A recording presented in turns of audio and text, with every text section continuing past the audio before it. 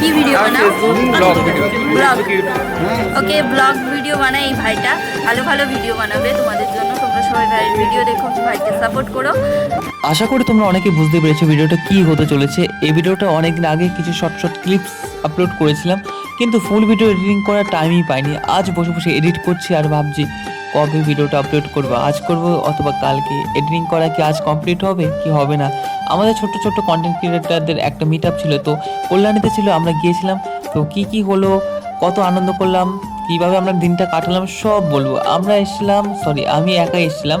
তো আমি এসেছিলাম কটার দিকে, 10টার দিকে এসেছিলাম। আসার পরে এখান থেকে কিছু কার্ড নিতে হয়, কার্ডটা নিয়ে আমি যাব এখন ভেতরে। আর ভেতরে যাওয়ার পরে দেখি একটা বন্ধুর সঙ্গে দেখা হলো, তো বন্ধুর সঙ্গে একসঙ্গে সব আমরা ভেতরে গেলাম। যাওয়ার পর আমরা এখন বসে পড়লাম। পুরো সামনের সিট নিয়ে একটু দূরেরটা নিয়েছি, তাহলে একটু বেটার দেখা যাবে, সুন্দর কথা মতো বলা যাবে তার জন্য। আর তারপরে কি হয় সব তোমাদের বলবো এই ভিডিওর মাধ্যমে, তো দেখতে হবে কন্টিনিউ।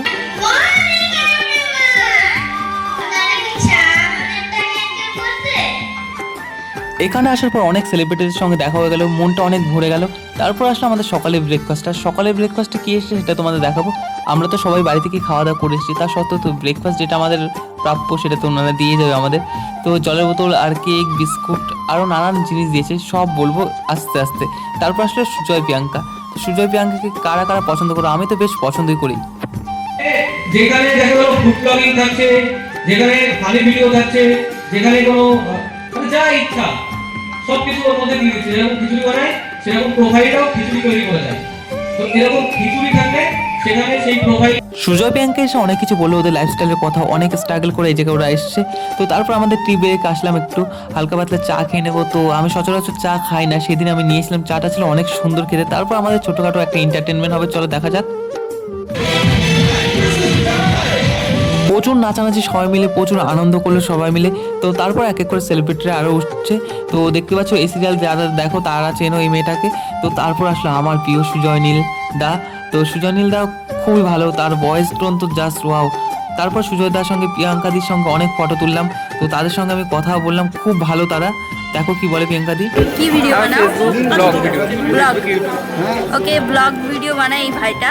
ভালো ভালো ভিডিও বানাবে তোমাদের জন্য। তোমরা সবাই ভাইয়ের ভিডিও দেখো, ভাইকে সাপোর্ট করো। প্রিয়াঙ্কাদির সঙ্গে কথা বলে আসলাম সুজয়দার সঙ্গে কথা বলতে। সুজয়দার সঙ্গে কথা বলে গেলাম লাঞ্চ ব্রেকে। তো লাঞ্চ ব্রেক ছিল আমাদের বিরিয়ানি। তো তারপরে আসবে সুজয় নীল। তো আমি অনেক এক্সাইটেড ছিলাম যে কখন স্টেজে উঠবে। তো এই দেখতে পাবো একটা মানুষকে, সবার সঙ্গে কথা হবে, কিছু আলোচনা হবে। এক এক করে সবাইকে স্টেজে ডাকা হচ্ছে। আর একটা কথা বলছি, সুজয়দা প্রিয়াঙ্কাদি ওদের পার্সোনাল ফেসবুক আইডিতে আমার একটা শর্ট ভিডিও আপলোড করেছে, মানে স্ট্যাটাস দিয়েছে। আমি তো অনেক খুশি। আর আমার সঙ্গে সঙ্গে তোমরা সুজয় নীলের কারা কারা ফ্যান অবশ্যই কমেন্ট করে জানিও। रुक जाना नहीं तू कहीं हार के, कांटों पे चल के मिलेंगे साए बाहर के, रुक जाना नहीं। তো সুজয় নীলদা একটা সুন্দর গান করলো আমাদের সঙ্গে, আমরা তো অনেক খুশি হয়েছি। আমি কোনোদিন ভাবতে পারিনি সুজয় নীলদার গলায় একটা গান শুনবো, মন অনেক শান্ত হয়ে গেল। তারপর অনেক ফটো তোলা হলো। তারপর দেখলাম পেছনে গেট দিয়ে সুজয় নীলদা আসলো, সামনে প্রচুর পরিমাণে ছিল ভিড়।